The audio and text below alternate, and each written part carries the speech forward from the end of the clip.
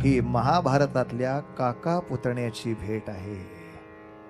तुम्ही तुमचं समजून घ्यायचंय काय त्याचा अर्थ होत होतो. कृष्णाजी भास्कराच्या सगळ्या गोष्टी समजून घेतल्या आणि शिवाजी राजांनी आपला वकील पाठवला. पंताजी गोपीनाथ बोकील नावाचा वकील. बोकील नावाचा असा वकील की शत्रूला केव्हा बाजारात विकील त्याचा नेम नाही असा वकील. काय गोपीनाथ पंतांनी माधुरी दाखवली. त्याने राजाचं पत्र घेतलं, त्या कृष्णाजी भास्कराला घेतलं, जे धावत वाईला येऊन पोचले. खानाचे पायच चेपायला सुरुवात केली. ये क्या हो रहा है. त्याला जरा बरंही वाटलं, शिवाजीचा वकील माझे पाय चेपतोय म्हटल्यावर. ये क्या हो रहा है. कशाला त्रास करून आलात, कशाला त्रास करून आलात. नुसतं सांगितलं असतं ना, ह्याला घेऊन विजापूरला या, आम्हीच आणला असता. तुमच्यासारख्यांना किती कष्ट पडले, पाय दाबता येत होते अफजल खानाचे. अफजल सांगते, वे क्यों पागल जैसे कर रहे हो. मी काय चालत नाही आलो, हत्तीवरनं आलोय. हत्तीची काय आपले काय, पाय सारखेच आहेत. असं करून पुन्हा तो पायच चेपतोय. आता यात विनोद आहे, यात समजण्याचंही आता काही कारण नव्हतं. कथा ऐकताना सातत्याने कथेतल्या पात्रांचं आक्रमक आणि संरक्षक अशी दोनच रूपं बघायची. जात आणि धर्म हा विषय कथेत आणायचा नाही. तो आपणच जर आणला तर आपण शिवभक्तांच्याच यादीतून गाळले जाऊ. पण जेव्हा अफजल खानाबरोबरचं हे युद्ध शिवाजीराजे उभं करतायत, तेव्हा सुद्धा अफजल खानाच्या सैन्यात असणारं हिंदू सैन्य सुद्धा मारण्यासाठी पायदळाची एक तुकडी नूरबेगच्या हातात आहे. आणि नूरबेग खानाच्या समोर शिवाजीराजे उभे आहेत म्हणून कुठेही विद्रोह करायला बसलेला नाही. दर्या सारंगच्या बरोबर इब्राहिम खान तिथंच दर्यावरती उभा आहे. अफजल खानाला हात लागला तर आम्ही तुमची नोकरी सोडू असं कुठेही त्याचं पत्र इथं आत आलेलं नाही. आणि दुसऱ्या बाजूला आमच्या लोकांची नावं सुद्धा घेऊ नयेत, इतकी नावं अफजल खानाच्या सैन्यात नव्हे तर त्याच्या अंगरक्षकात आहेत. शिवाजीराजांचे सख्खे काका सुद्धा त्यांच्या अंगरक्षकात आहेत.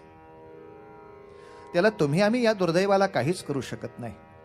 दुर्दैवाने कोणत्याही एका जातीला किंवा एका धर्माला टार्गेट करून कुठलंच इतिहासाचं पुस्तक सांगू नये. आणि हा चमत्कार होऊ शकतो बरं.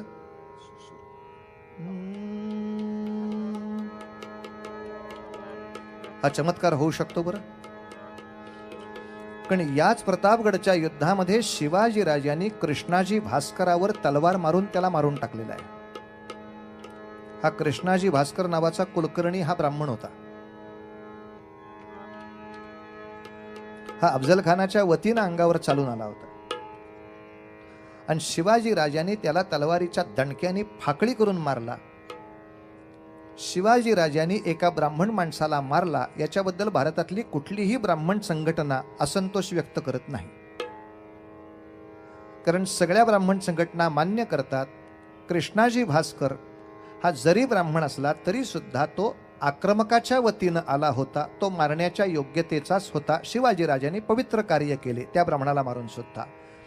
ही जर मानसिकता ब्राह्मणांनी ठेवायची असेल तर मग अफजल खानाच्या स्वारीमध्ये सुद्धा अफजल खान मारण्याचं दुःख कुठल्याही यवनांनी करू नये. तो एक आक्रमक होता, या नात्याने तो मारला गेला. इतकी स्वच्छ भूमिका देशातल्या नागरिकाची असायला हवी. इतकी स्वच्छ भूमिका असायला हवी. अफजल खान कुठल्या धर्माचा आहे म्हणून त्याला मारायचा नाहीये, कारण त्याच धर्माची 3 माणसं अधिकारावर आहेत शिवाजी राजांकडे. त्यांनी फक्त देवी फोडलीये किंवा तुळजापूरच्या किंवा पंढरपूरला हात लागलाय यासाठी मारायचं नाही. त्यांनी सख्या प्रजेला सुद्धा प्रचंड छळलेला आहे. प्रजा वेठीला धरलीये. प्रजेचा सुद्धा तो एक आरोपी आहे. आणि असा होऊ शकतो चमत्कार? हो, होऊ शकतो, होऊ शकतो. मी याचा प्रत्यय घेतलाय. आपल्याच कोकणामध्ये देवगड भागात असे अनेक शिक्षक आहेत जे खाजगी क्लासेस चालवतात. या सगळ्या खासगी क्लास चालवणाऱ्या शिक्षकांनी असा विचार केला होता की शिवचरित्राची जी पुरेशी माहिती विद्यार्थ्यांना नाही ती माहिती विद्यार्थ्यांपर्यंत पोचवावी आणि एक परीक्षा घ्यावी. साधी सरळ योजना होती. सगळ्या शाळांमध्ये सर्क्युलर फिरलं तसं सगळ्यांच्या शाळांमध्ये सर्क्युलर फिरलं. आश्चर्य वाटेल, अनेक मुसलमानांची मुलं त्या परीक्षेला उतरली, अनेक ख्रिश्चनांची मुलं त्या परीक्षेला आली, अनेक शिखांची मुलं त्या परीक्षेमध्ये होती, अनेक जैनांची मुलं होती. ती परीक्षा आणि प्रशस्तीपत्रकं मी वाटली आहेत तिथे. आणि ही प्रशस्तीपत्रकं वाटत असताना त्यातल्या मुलीला जेव्हा बोलायला सांगितलं की तुझ्या अभ्यासाबद्दल बोल, तेव्हा तिनं स्वच्छ शब्दामध्ये जाहीर निषेध या गोष्टीचा केला की आम्हाला आमच्याकडे चुकीचं शिकवलं जातं, की अफजल खान कोणीतरी अत्यंत पवित्र मनुष्य होता, परमपवित्र होता, सगळ्या सहिष्णू होता, आणि असं असताना सुद्धा शिवाजीराजांनी त्याला मारला. त्यामुळे शिवाजीराजांच्या बद्दलचा गैरसमज आमच्या मनामध्ये कित्येक वेळेला भरवला जातो. पण तुम्ही ज्या तऱ्हेनं स्वच्छ इतिहासाचं पुस्तक आमच्या समोर ठेवलं, त्या इतिहासाच्या पुस्तकाचा अभ्यास केल्यानंतर आता आम्हाला या गोष्टीचं कोणतंही वैषम्य वाटत नाही. कारण आम्ही आता अफजल खानाकडे तो धर्म म्हणून काहीच पाहू शकत नाही. तो एक आक्रमक होता आणि प्रजेच्या हिताच्या मध्ये आड येणारा कोणीतरी होता, म्हणून शिवाजीराजांना त्यांना बाजूला केला. याबद्दल आता याच्या पुढचा आमचा विद्यार्थी संघ निषेध करणार नाही, असं कोकणातल्या त्या शाळा बोलू लागल्या. शिक्षणाने काय होत नाही महाराज आम्हाला सांगा. किमान अनेक मूर्ख लोकांमधली 100 माणसं शहाणी झाली. आणि असं होऊ शकतं. आज भारताच्या इतिहासात सुद्धा अशी माणसं आपल्याला माहिती आहेत. अनेक स्फोट करणारी मुसलमानांची नावं आपण सांगू शकता. पण त्याचबरोबर घरात स्फोटकं आल्यानंतर आता माझा नवरा माझ्या देशामध्ये काहीतरी विचित्र करेल का काय, अशी शंका आल्याबरोबर आपल्या धर्माचा विचार थोडा बाजूला ठेवून भारतीय पोलिसांना बातमी सुद्धा एका अतिरेक्याच्या बायकोनं आणून दिली होती. आपल्या पतीला पकडून दिला होता आणि भारताला आपलं एक राष्ट्र म्हणून मान्यता कशी दिली होती याही कथा आहेत, ज्यांचा सत्कार दिल्लीच्या आपल्या पंतप्रधानांच्या हस्ते आपण यावेळेला केला होता. समोरच्या व्यक्तीकडे आक्रमक म्हणून आणि संरक्षक म्हणून इतक्या स्वच्छ डोळ्याने बघता आलं म्हणजे मग विषय संपलेला असतो. बाकीच्या गोष्टी बोलण्यात काही गंमत नाही. अफजल खानाचा वकील बामण होता म्हणजे सगळे बामण नालायक होते. अरे पण शिवाजीराजांचा वकीलही बामणच होता. मग सगळे नालायक होते हे तुला कळलं, इतकं शिवाजीराजांना नाही का कळलं?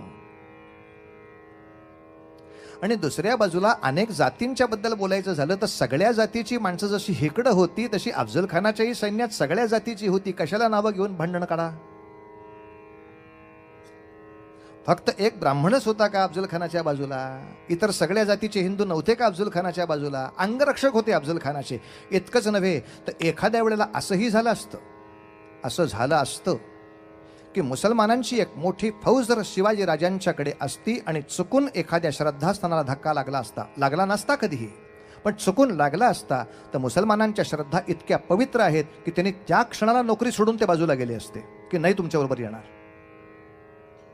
पण दुर्दैवानी ही निष्ठा हिंदूंमध्ये का नव्हती तेव्हा?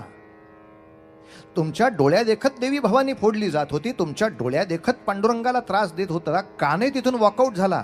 अहो कृष्णाजी भास्कर ब्राह्मण तो बिचारा असहाय्य दुबळा तरी होता, पण ज्यांच्या कमरेला तलवारी होत्या आणि स्वतःच्या जहागिऱ्या होत्या आणि मनगटामध्ये मर्दुमक्या होत्या ते का नाही बाजूला झाले अफजल खानाच्या स्वारीतनं? मग तिथं नव्हती मर्दुमकी दाखवायची काय? कोणताही जातीय भेदभाव, धार्मिक भेदभाव डोक्यात घेऊ नका. मुद्दा सरळ आक्रमणाचा आहे, प्रजेच्या हिताचा आहे आणि प्रजेच्या संरक्षणाचा आहे. गोपीनाथ पंत बोखील तिथे गेले गेले गेले इतकंच नव्हे तर धाधांत हवं ते बोलले.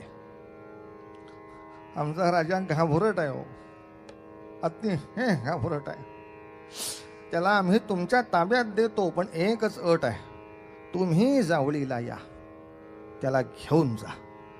अहो आमचा राजा इतका घाबरट आहे की तो वाईत यायला सुद्धा घाबरतो. तुम्ही कसले? अहो तुम्ही यमासमोर सुद्धा असे उभे राहाल. आता नाही म्हणायची पंचायत होते ना. समोरच्याला असा हरभऱ्याच्या झाडावर चढवायचा की धड त्याला वर जाता येत नाही, धड उतरता येत नाही. बरं मी घाबरतो असं त्याला म्हणता येईना. आणि पुन्हा मी तेच सांगतोय, अहो जावळीमध्ये येताना सैन्य सगट यावे. अर्थात सैन्याची काय तुम्हाला गरज आहे, तुम्ही एकटेच पुरेशी आहात का नाही म्हणता. मग नाही पण म्हणता येईना. शिवाजी राजाची तुमची गाठ घालून देतो, त्याला असा कानाला पकडून विजापूरला घेऊन जा. काय सांगतो? हो मात्र. आणि तुमच्या या सैन्याबरोबर बरेच जवाहिरे पण आलेले दिसत आहेत मला. सोन्याचे दागिने, मोत्याचे दागिने, हिऱ्याचे दागिने. काय जबरदस्त बाजारपेठ आहे तुमच्याकडे. हा हा हा हा हा. अशी बाजारपेठ गेली 10 वर्ष स्वराज्य चालले, बघितली सुद्धा नाही आम्ही. किती दणादणा बोलावं एखाद्या माणसानं. अशी बाजारपेठ बघितली नाही. अफजल खानही मनात जाणू नये शिवाजीराजांनी काय बघितलंय त्याच्यावरती. का? अहो मुळामध्ये आदिलशहाचं सुद्धा नाही, मोगलांची बाजारपेठ असलेलं जुन्नर त्यांनी 1 वर्षापूर्वी लुटलं होतं.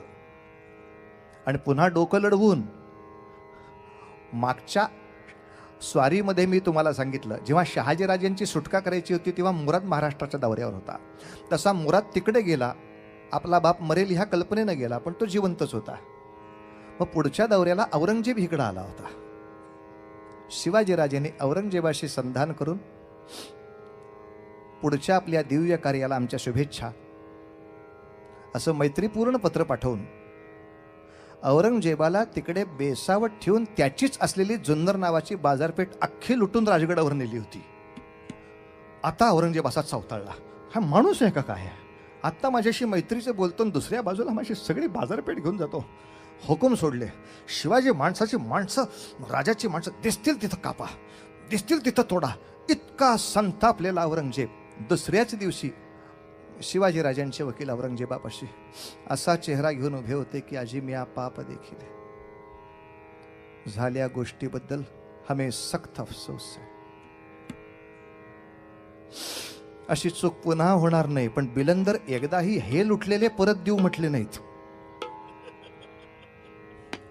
हमें सख्त अफसोस आहे. आपल्या मैत्रीमध्ये असं खरं व्हायला नको होतं, तरी सुद्धा आता चुकून झालंच आहे. तर तुमच्या दिल्लीच्या स्वारीला आम्ही शुभेच्छा देतो. तिकडे काही आवश्यकता लागली तर मदत करण्याचं सुद्धा आश्वासन देतो.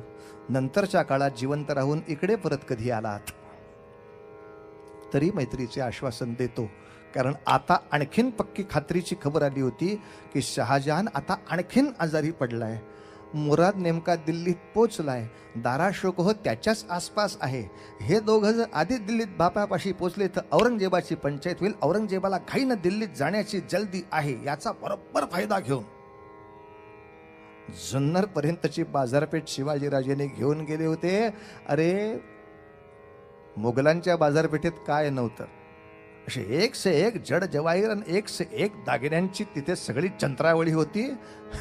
तरी रघुनाथ गोपीनाथ पंत सांगत होते, असा बाजार कधी पाहिला नाही.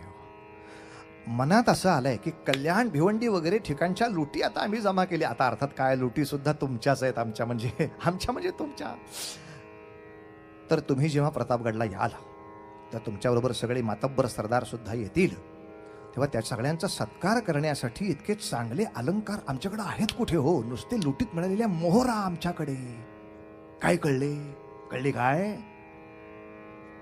तेव्हा मी अशी प्रार्थना करतो की तुमच्या ह्या सगळ्या सराफी लोकांना आपापले पेटारे घेऊन किल्ल्यावर पाठवा. म्हणजे शिवाजीराजे त्यातले दागिने विकत घेतील, तुमच्याच लोकांना देतील. म्हणजे काय, दागिने तुम्हालाच मिळणार, त्यातले पैसे तुम्हालाच मिळणार, तुमच्याच व्यापाऱ्यांना मिळणार. दागिने आधी घेतले जातील, पैसे भेटीनंतर मिळतील. काय वकील पाठवावा राजाने. वा रे वा, शिवाजीराजाने अशी पाठ थोपटली गोपीनाथ पंतांची. काय रे माणूस आहेस. बातम्या तर आणल्याच, पण अख्खा अफजल खानाचा खजिना त्यांच्याच माणसांच्या डोक्यावरनं प्रतापगडावर घेऊन आला होता वकील हा सगळा. सगळ्या दागिन्यांच्या पेट्या, मोहरांच्या पेट्या. काय आता काय भेट झाली की संपलंच आहे. घ्या. खान यायला तयार आहे जी. फौजे सगट तो किल्ल्याच्या पायथ्यापर्यंत येईल जी. अगदी नुसता येणं अवघड आहे म्हणून इथपर्यंत ठरवलंय की 10 अंगरक्षक आणलेले चालतील जी. 10 अंगरक्षकातले 9 अंगरक्षक हे तुम्ही जिथे प्रत्यक्ष भेटणार त्याच्यापासून 1 बाणाच्या टप्प्यावर असतील जी. 1 किंवा 2 अंगरक्षक अगदी शामियान्यामध्ये असतील. बाकी तुम्ही अफजल खान आणि 2 वकील इतकेच अंतर्भागात असतील. राजे छावणी कुठं लावायची? प्रतापगडचं निरीक्षण करताना छावणीची जागा अशीच बरोबर केली, तंबूची जागा अशीच बरोबर केली की पायथ्याशी असलेल्या कुठल्याही सैनिकाला ती छावणी दिसणारच नाही. जागा लोकेशन सुद्धा एक विशिष्ट निवडावं लागतं. माचीवरनं एक तोफ अशी लावून ठेवली की एक विशिष्ट वेळेपर्यंत आमची वाट पहा.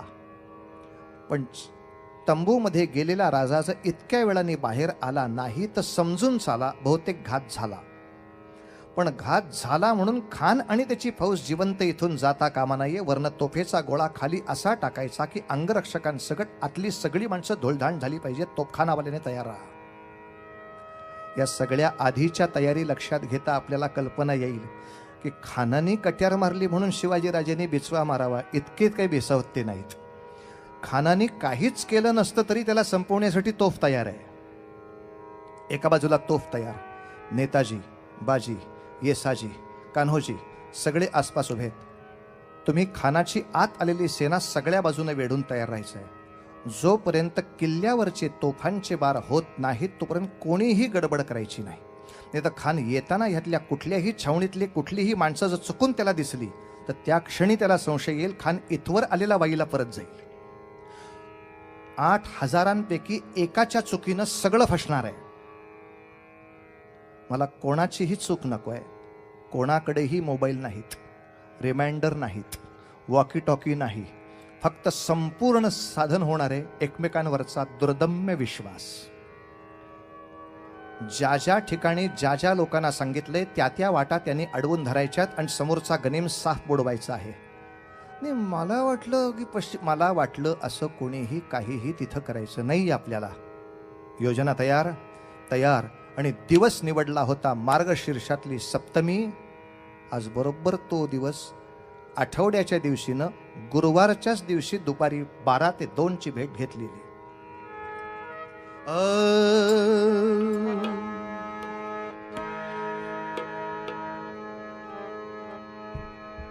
खान प्रतापगडाशी आला, खान प्रतापगडाशी आला, खान प्रतापगडाशी आला. वरती शिवाजीला आला तो आला. सारे झाले तयार स्वागताला, सारे झाले तयार स्वागताला.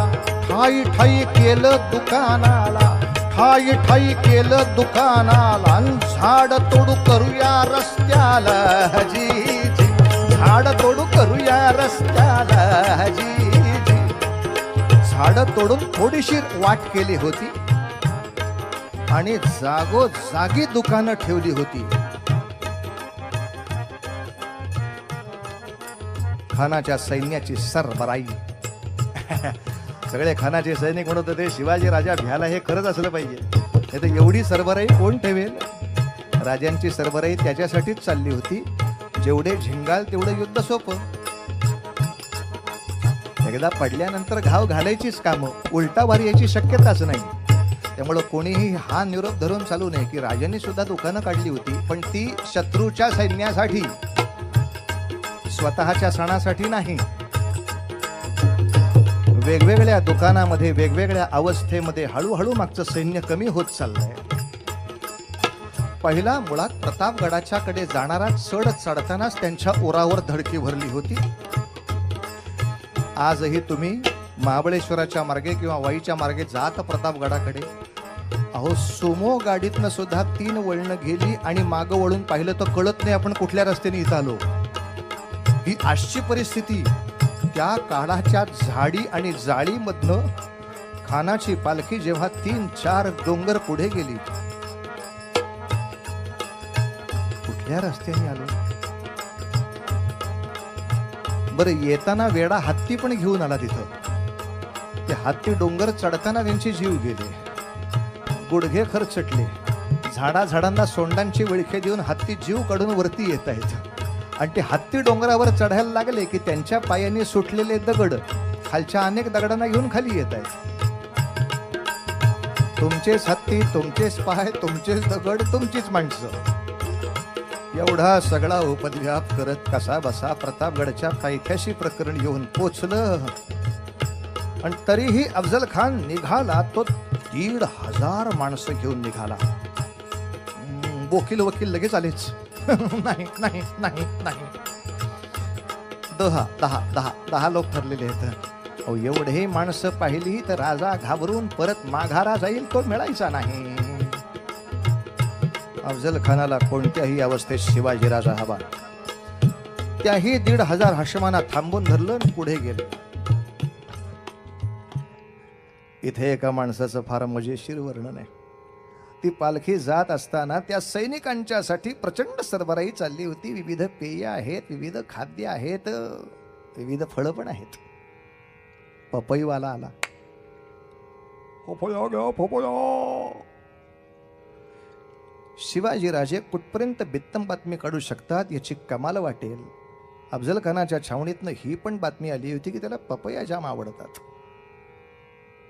तो पपईवाला समोर. पालखी थांबलीच. काटो, इसमें जहर होगा. तो कापायच्या आधीच. कोण घालेल याच्यात जहर? कापायच्या आधी तुमच्या समोर कापतोय की. त्याने पपई कापली, समोर खायला दिली, तंबाखू काढली पठ्ठ्यान. आमचं पोर वात्रट आहे बरं का, सांभाळून घ्यायचं वगैरे बोलता बोलता तंबाखूचा बार भरला. आणखीन 4 वाक्यापर्यंत मुखरस साठला आणि शिंक आल्यासारखं केलं. आक्षी करून जे शिंकलं ते सगळं तोंडातलं अंगरख्यावर. त्या अंगरख्यावर ओढल्यानंतर पागल काही का. आता मला काय माहिती, मला आता शिंक येणार. अचानक शिंक आली. माझ्या राजाला सांभाळून घ्या बरं का, असं सांगून पपईवाला बाजूला जातो. कुठले पपईवाले काढता हो इथे आलेले? हा, शिवाजीराजे फार सजग आहेत. गुप्तहेर आहे बहिर्जी नाईक नावाचा. त्यांनी फक्त तिथून खाली दरीमध्ये सूर मारला. तिथून घोडा तयार होता. घोड्यावरती उडी मारली. घोडा घेऊन बालेकिल्ल्यावरती घोडा आला. शिवाजीराजाने धावपळीने विचारून घेतलं, बहिर्जी बातमी काय? राजे काळजी करू नका. काय? खानानं चिलकत घातलेलं नाही. तुला कसं कळलं? कळायचं काय? तांबाखू कोण थुकलो त्याच्यावर? असा अंगर का केला तेव्हा पोट दिसतंय त्याचं. कोणत्या गोष्टीनं कशी बातमी कुठनं काढावी? पण राजे, खानाची ताकद जाम आहे. एका वेळेला 1.5 बकरं पचवेल एवढी तब्येत आहे. लोखंडाची काम सुद्धा वाकडा करणारा माणूस आहे. पण शेवटी चिलखत असते हितून खाली आणि लोखंडाचा जिरेटोप असतो हितून वर. याचं काय कराल? खानाचा एक हात सुद्धा यमाचा फंदा आहे. हित जर बसला तर हित चिलखत नसते माणसाला. मान सांभाळा. डोक्यासाठी लोखंडी जिरेटोप आत घातला होता. वर्ण मंदिर बांधायचा. खानाला शस्त्राची गरज नाही आहे राजे. तो नुसता दाबून सुद्धा समोरच्याला मारू शकतो. तुम्ही सील व्हायला पाहिजे. एका बाजूला बिचवा, दुसऱ्या हातामध्ये वाघनख. वाघनख हे वाघाची नख नसतात, लोखंडाचीच नख्यासारखी केलेली नख, जी बोटामध्ये घातली तर बाहेरून फक्त अंगठ्या दिसतात. आणि आपल्या चित्रकारांनी हाच एक मोठा धोका केलेला आहे किंवा दोष केला आहे. खानाला भेटायला जाताना राजे असा हात करून जाऊच शकणार नाहीत.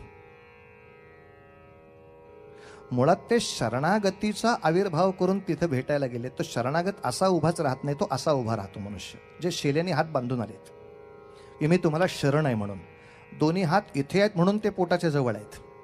इथं गेले तर फार अवघड होईल. ते इथे हात बांधून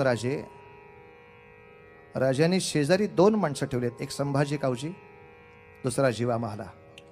दोघांनाही घेऊन राजे त्या छावणीपर्यंत आले. समोरच्या तंबूमध्ये झिरझिरच्या पडद्यातनं आत पाहिलं मात्र बोकील खानाच्या शेजारी कोण उभा आहे. आपण 1-2 अंगरक्षक चालतील म्हटलं होतं म्हणून सय्यद बंडा आहे. सय्यद बंडा 1.5 हातावरचा माणूस दांडपट्ट्याच्या फटक्याने चिरफाकळा करून मारू शकतो या ताकदीचा सय्यद बंडा. उसको हटाओ. सय्यद बंडा को हटाओ. पुन्हा बोकील बिचारी धावत आत. शिवाजी राजा कहाँ गया. कारण अफजल खान तिथे येऊन पोचला. त्यांनी आसनांची व्यवस्था बघितली. खरंच आसनं अशा लांबीवर ठेवली होती की पटकन तलवारीचा वार केला तर एकमेकाला लागणार नाही. डाव करणाऱ्याला डाव कळतोच. त्यांनी तिथे येऊन आसनं जवळ सरकवून घेतली. इतकंच नव्हे तर त्या तंबूच्या कनातीतून बाहेर पाहिलं 2 माणसं अशी शिंग घेऊन उभी होती. हा क्या आदमी के माफक दिखाई दे रहा है. त्याला वाटलं पुतळे उभे केलेत, पण पुतळे नव्हते, माणसंच उभी होती, पण पुतळ्यासारखी उभी होती. एकही हालचाल न करता, म्हणजे हालचाल न करता सुद्धा थांबून राहणं हे युद्धाच्या दृष्टीनं आवश्यक असतं. आईवडिलांनी लक्षात ठेवून मुलांना सांभाळा. नाही तर बरेचसे आईवडील ऐकायला मिळावं म्हणून मुलांना प्लेग्राऊंड देत आहेत.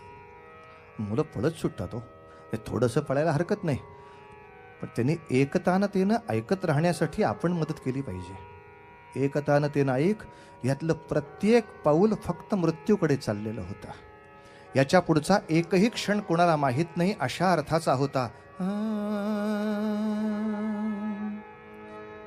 झिरझिरीत पडदा फक्त बाजूला करून शिवाजी राजांनी आत पाय ठेवला. मात्र जगदंब जगदंब मुखाने फक्त जगदंबेचं नाम चालू आहे. खानाच्या समोर मग येऊन उभा राहिला. खानाच्या समोर मग येऊन उभा राहिला. खानाच्या समोर मग. खानाने 2 हात पसरले. आओ शिवाजी राजे, तुम्ही तुमचे सगळे गुन्हे मान्य करून आदिलशहाची चाकरी करायला तयार असाल तर आदिलशहा तुम्हाला माफ करायला तयार आहे. तुम्हाला आदिलशहाकडे नेण्यासाठी मी आलो आहे. गले तो मिलो. संभाजी कावजीचं एकटक लक्ष फक्त खानाकडे. जीवा महालाचं लक्ष एकटक फक्त सय्यद बंडाकडे. सय्यद बंडाला बाजूला जायला सांगितला म्हणून तो छावणीच्या बाहेर गेला नव्हता, फक्त कनातीच्या पलीकडे गेला होता. सय्यद बंडाकडे बघत राहा. गोपीनाथ पंत, तुमचं लक्ष फक्त कृष्णाजी भास्करावर ठेवा. कोणीही एकमेकांच्या डोळ्यावरची सुद्धा नजर काढेना. राजे जरा पुढे सरकले. मात्र खानाच्या समोर मग येऊन उभा राहिला. खानानं मारली मिठी शिवाजी राजाला. खानानं मारली मिठी शिवाजी राजाला. राजांचं डोकं खानाच्या छातीपर्यंत फक्त लागलं. पण या भेटीनंतर आता बाजूला जाऊन काही प्रेमाच्या गोष्टी बोलायच्यात असं डोक्यात येईपर्यंत कप्तिशी राजांचं डोकं बगलेत घातलं हो खानाने. अरे राजाचं डोकं बगलं मंदी दाबू लागाला. राजाचं डोकं बगली मंदी दाबू लागाला. खदखदा हंसू लागला. अबे पागल, आदिलशाह के साथ पंगा लेता है तो तू जिंदा कैसे रहेगा. कट्यावर उपसली अफजल खानाने त्याच दिवशी पाठीमध्ये जो वार केला, खर खर खर आवाज वरचेवर झाला. आवाज वरचेवर झाला. चिलखतान दगा नाही दिला. चिलखतान दगा नाही दिला. शिवराज मनी तोषला. शिवराज मनी तोषला. शिवराज मनी तोषला. शिवराज मनी तोषला.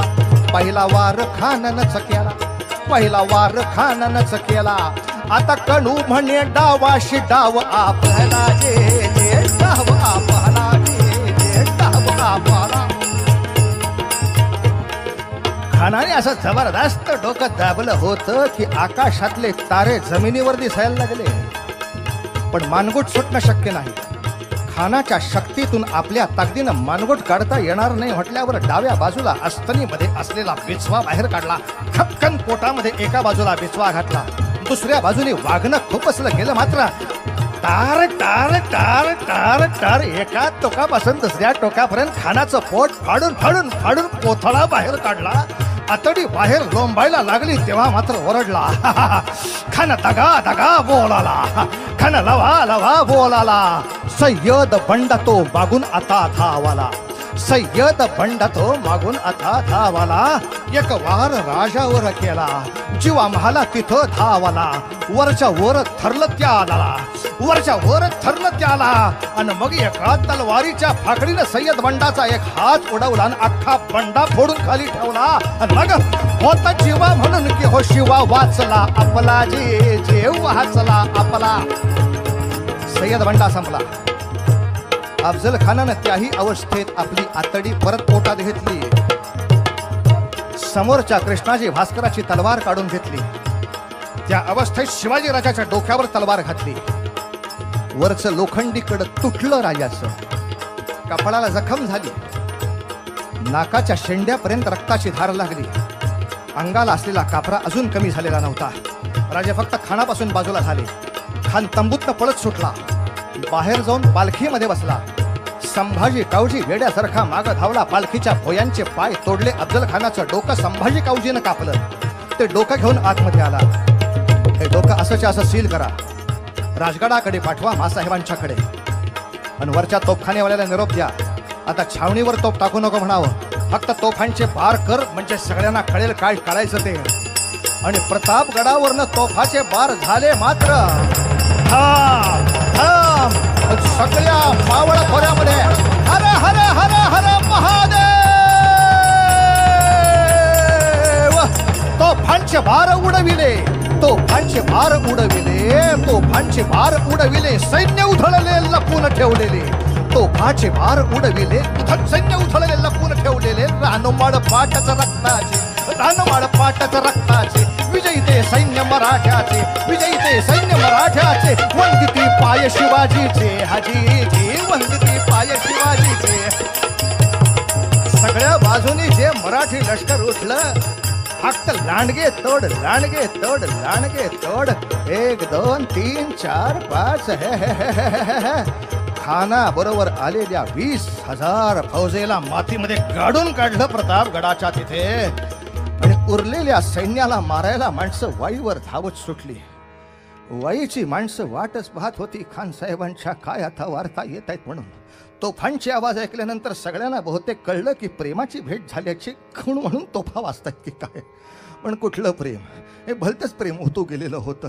20,000 रक्त प्रतापगडाच्या डोंगरावरती सांडलं. वाईमध्ये सुद्धा माणूस मारला. फक्त एकच दुःखाची गोष्ट झाली. शिवाजी राजांच्या मनामध्ये असं होतं की खान गेला, ही वार्ता आपण जाऊन कोल्हापुरापर्यंत द्यावी. पण त्याच्या आधीच अफजल खानाचा मुलगा फाजल खान या जावळीतून सुटला.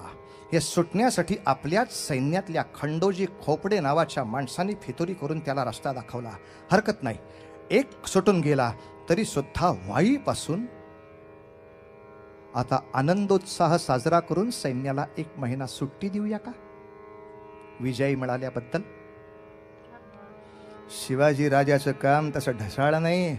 उलट अफजल खान गेल्याची वार्ता सगळीकडे पोचली की त्याचा कसा लाभ उठवायचा हे लक्षात असल्यामुळे शुक्रवारच्या सकाळच्या मुहूर्ताला राजे सैन्य घेऊन जे प्रतापगडातून निघाले, आधी राजगडाला जाऊन मासाहेबांचं दर्शन घेतलं. मासाहेबांनी त्या डोक्याकडे पाहिलं आणि सांगितलं, राजे, मरणांत आणि वैराणी, प्रेताची विटंबना होता नाही कामा. हा फरक होता 2 संस्कृतीमधला. हा 2 संस्कृतीमधला फरक होता. जेव्हा विजयनगरच्या राजाचं राज्य खालसा करून त्याचा राजा कापला होता, तेव्हा त्याच्या डोक्यात पेंढा भरून आदिलशहानी त्याच्या दारावर लटकवला होता अपमान करण्यासाठी. आणि त्याच पुढच्या काळात जिजाबाई सांगत होत्या, प्रेताचा अवमान नाही होता कामा. प्रतापगडाच्या पायथ्याशी सन्मानाने अफजल खानाची कबर करून शिवाजी राजांनी दिली. शिवाजी राजांनी दिली. आता यात शिवाजी राजांचं कौतुक असायला हवं, पण दुर्दैवाने आज भलत्याच गोष्टीचं कौतुक होत आहे आणि लोकांना सांगितलं जात आहे की या ठिकाणी अफजल खान नावाचा एक सूफी संत होता, तो शिवाजी राजांकडून नजर चुकीने मारला गेला. याचं प्रायश्चित्त म्हणून शिवाजी राजांनी संगमरवराची कबर बांधली. अफजल खानाची सगळी वृत्तीच बाजूला करून ते टाकतायत. आणि अशी खानाबद्दल चुकीची माहिती ज्या शिक्षण संस्थांमध्ये दिली जाते आणि अफजल खानाच्या आक्रमकांचे समर्थक जिथे निर्माण केले जातात, त्या शिक्षण संस्थांना 10वीची सर्टिफिकेट द्यायला सरकार परवानगी देत आहे की ज्यायोगे तुम्ही आमच्या सरकारला मान्य नसलेलं काहीही शिकवा. कोणाच्याही मतासाठी कुठल्याही संस्थेला 10वीच्या आणि 12वीच्या पदवीदान करायला आमचं शिक्षण महामंडळ उभं राहतं. पुन्हा एकदा प्रत्येकाच्या मुखातून शब्द येतात, राजे तुम्ही परत या, त्याशिवाय नाही हेच बदलणार, नाही बदलणार. पण खानाच्या मृत्यूला मला थांबायचं नाहीये, मला गुरुवार पूर्ण करायचा आहे.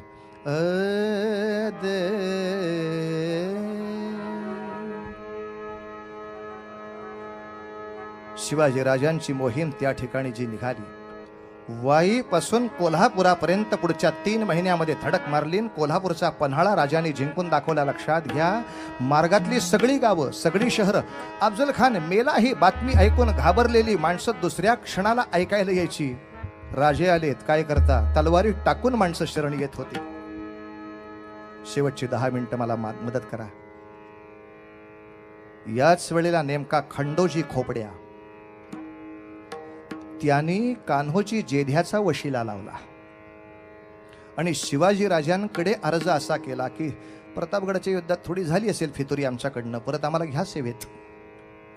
कान्होजी जेध्याने शब्द टाकला, राजे खंडोजी खोपड्याला परत घ्या सेवेत.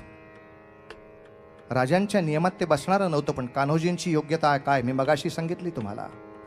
जेव्हा मावळातले सगळेच्या सगळे सरदार अफजल खानाच्या भीतीनं गार झाले होते, तेव्हा 10,000ची 6,000ची फौज घेऊन कान्होजी जेधे आपल्या 5 मुलांसह आपल्याच बरोबर येऊन उभे राहिले होते. वाघाचं बळ कान्होजीने आपल्याला दिलं होतं. कान्होजींचा शब्द कसा टाळावा? शिवाजीराजांनी मान्यही केलं. ऐकून ठेवा, प्रसंग किती भयानक आहे. खंडोजी खोपडे दरबारात येऊ लागला आणि एक दिवस खंडोजी खोपड्यानं कान्होजींच्या विरुद्ध चुगली केली आणि सांगायला लागला की कान्होजी शत्रूबरोबर संधान बांधतायत, राजे सावध राहा. मग मात्र शिवाजी राजाची भ्रकुटी अशी चढली की नेताजी पालकरांना बोलवला. खंडोजी खोपड्याचा उजवा हात कोपरापासून तुटला, डावा पाय गुडघ्यापासून तुटला. तो लंगडा थोटा झालेला खंडोजी खोपडे कान्होजी जेध्याकडे गेला. काय कान्होजी, तुमच्या शब्दाला किंमत आहे. तुम्ही आमची रदबदली केली म्हणून आम्ही शिवाजी राजाकडे गेलो, शिवाजी राजाने हातपाय तोडले आमचे. कान्होजी जेधे आले शिवाजी राजांकडे. प्रसंग किती अवघड आहे पहा, प्रसंग किती अवघड आहे. कान्होजी जेधे सांगतात, शिवबा आमच्या शब्दाचा जर असा अजिबात मुलाही जर राखला जाणार नसेल तर कसं काय आम्ही या दरबारात राहावं.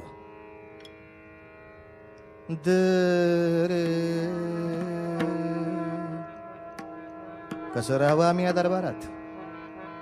आमच्या शब्दाचा काय मुलाही जर राखला गेला. आणि अशा वेळेला 28 वर्षाचा राजा सांगतोय, कान्होजी राजा व्हायची मला इच्छा नाही. मी आत्ता हा राजमुकुट तुमच्या मस्तकावर ठेवतो, तुम्ही या गादीवर बसा आणि मग मला सांगा कान्होजी, मी करतो ते चुकीचं करतो का बरोबर करतो? काय झालं? आज खंडोजी खोपडे तुमच्या विरुद्ध माझ्याकडे चुगल्या करत होता. मी खंडोजीला जिवे मारणार होतो. तुम्ही शब्द टाकला म्हणून आम्ही त्यास जिवंत ठेवला होता. माझ्या ठिकाणी कोणीही हलक्या कणाचा मनुष्य असता तरी आत्ता त्यांनी तुम्हाला कैद करायला माणसं पाठवली असती, कारण हा त्यांना साक्षीदार मिळाला असता. पण कान्होजी काका, तुमची निष्ठा काय आहे ते मी पाहिली आहे. खंडोजी काय लायकीचा माणूस आहे ते मी पाहिलंय. म्हणून खंडोजीचा फक्त हातच तोडला आणि पायच तुटला. शेवटचं वाक्य राजे म्हणतात, कान्होजी काका जरा मनापासून विचार करा. शत्रू आला की त्याच्याकडनं पैसे खायचे आणि फितुरी करायची, आणि शत्रू निघून गेला की तुमच्यासारख्या स्वामिनिष्ठांचे वशिले लावून पुन्हा मंत्रिमंडळात यायचं. अशीच जर प्रथा स्वराज्यामध्ये सुरू झाली तर तुम्हाला जे स्वप्नात पाहिजे ते स्वराज्य येणार आहे का? तुम्ही आम्ही काय जास्त पैसे मिळतात म्हणून स्वराज्याचा खेळ खेळायला नाही बसलो, जास्त जहागिरीसाठी नाही बसलो. आपल्याला न्यायाचं राज्य पाहिजे, आपल्याला बंधुतेचं राज्य पाहिजे. कान्होजी काका, न्याय शिल्लक राहील का? अन्याय केलेल्या माणसाला जर वशिल्याने माफी मिळायला लागली तर माझ्या देशातला आपल्या स्वराज्याचा न्याय शिल्लक राहील का? हे बोलल्यानंतर कान्होजी काका मटकन खाली बसले. डोकं टेकलं शिवाजी राजा समोर. कान्होजी काकांना हाताने उठवलं शिवाजी राजांनी. काका असं नका करू, माझ्या वडिलांच्या वयाचे आहात. कडकडून एकमेकांनी एकमेकाला मिठी मारली. कान्होजी म्हणतात, राजे आजवर ऐकलं होतं ते खरं ठरलं. काय ऐकलत काका? ऐकलं होतं की माणसं चुकत्यात, देव कधी नाही चुकत. माणसं चुकत्यात, देव कधी नाही चुकत. राजा उद्या असा गनिमाच्या बाजूनं कान्होजी जेध्या उभ्या दिसला तरी उभा कापल्याशिवाय राहू नको. त्याशिवाय स्वराज्य नाही व्हायचं, त्याशिवाय स्वराज्य नाही व्हायचं.